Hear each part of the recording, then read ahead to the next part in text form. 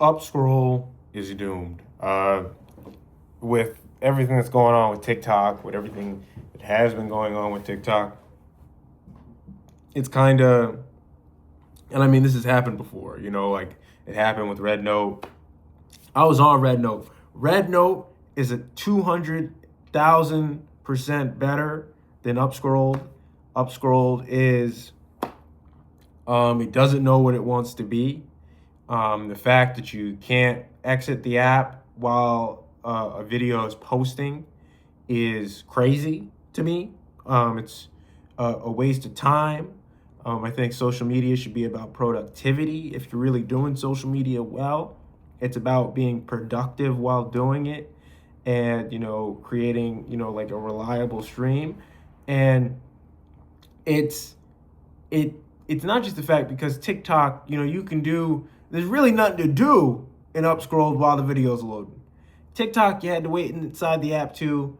Usually for me, the videos go right up, and you're seeing a bunch of amazing things. And this gets to the core of it. TikTok wasn't just so amazing because of the short form content.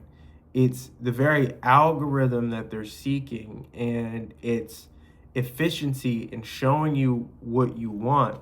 And even as someone who started a campaign, this is a very isolated incident where, multiple factors, like come into it. But the TikTok for me that started doing really well, my first TikTok that started just reaching hundreds of thousands of people on scale and was not just reaching people, but it was reaching the people that it was meant for. And it's because the account, if you guys don't know me from that account, but it's named the Mayor of Schenectady account, and I'm running a campaign for mayor as we speak. Comment down below if I end up winning and go hurrah, hurrah, when the city goes hurrah. But I start this account and it's named the Mayor of Schenectady. Bold move, obviously. And I end up reaching over 1 million views on this account. And this is all 1 million views of, in the radius of where Schenectady is. And of course it's reaching outside of that, that area. But the big thing is that it's reaching people, whether it be people I never met in the city of Schenectady, people I've never come into contact with in upstate New York. It's reaching also the people who I haven't seen since kindergarten. It's like who I am is being shown to the people who know me and to the people who would like to know me and are, just open to being supportive of the thing that I got going on. So really what they want the fluency in which the AI, not the, in a sense, AI, and it's a whole different conversation that we can have.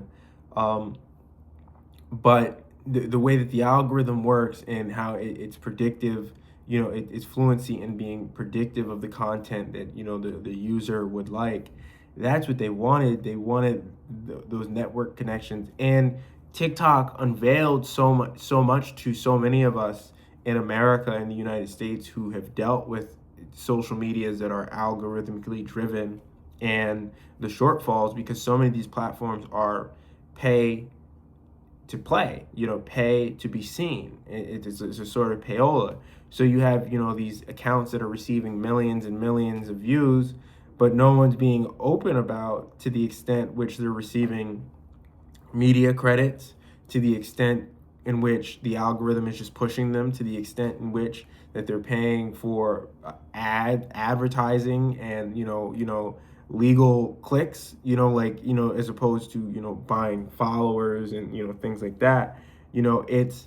There's real reach to social media, especially when you're making content that who it's meant for, and especially even when you're there's a difference between making content who it's meant for and then making content that people resonate with.